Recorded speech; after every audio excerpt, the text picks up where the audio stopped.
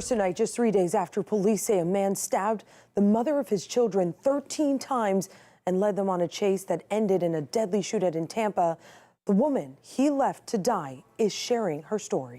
Police say Michael Bresnahan stabbed his wife Crystal in front of their 3 children, then dropped off the kids at his brother's home and then took his brother's AK-47. He then led police on a chase for miles before crashing his car and getting into a shootout. Police say he died after turning the gun on himself, despite 18 officers firing back at him.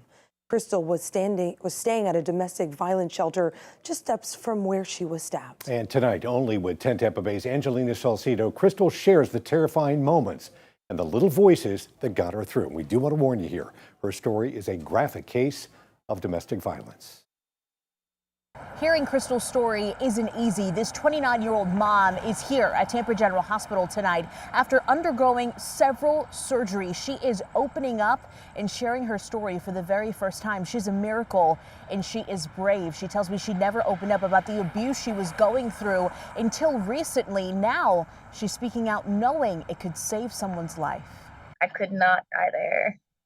I couldn't, that couldn't be the last time my boys saw me.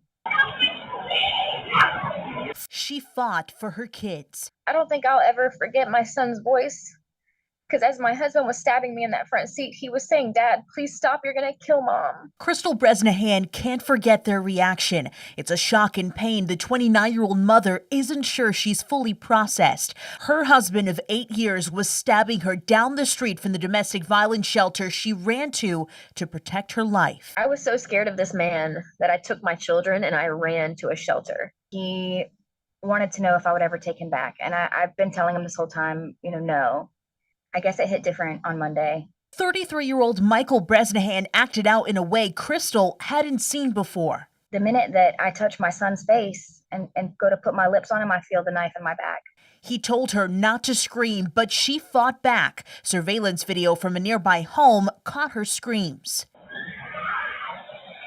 I fought like hell not to get in that car. He's trying to knock me out. When he couldn't, the man she fell in love with stabbed her over a dozen times. A bunch in my stomach, my legs, this arm was shredded. From her hospital bed, Crystal says she's been given a second chance at life. She didn't know her husband died after leading police on a chase and then shootout until an officer told her. Even though he stabbed me almost 20 times and left me for dead, it still breaks my heart that he did that to himself. Crystal says she never intended for her kids to be without their father. I want to make sure they're okay, because I know they're not. They don't have their dad or me now. She's fighting to get her kids back after Michael's family filed an emergency injunction to get custody.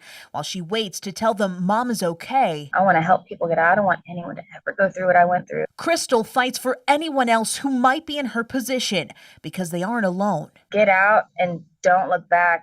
In Tampa, Angelina Salcido, 10 Tampa Bay. And if you or someone you know is experiencing domestic violence, there are resources available. You can call the National Domestic Violence Hotline at 1-800-799-7233 or the Florida hotline at 1-800-500-1119.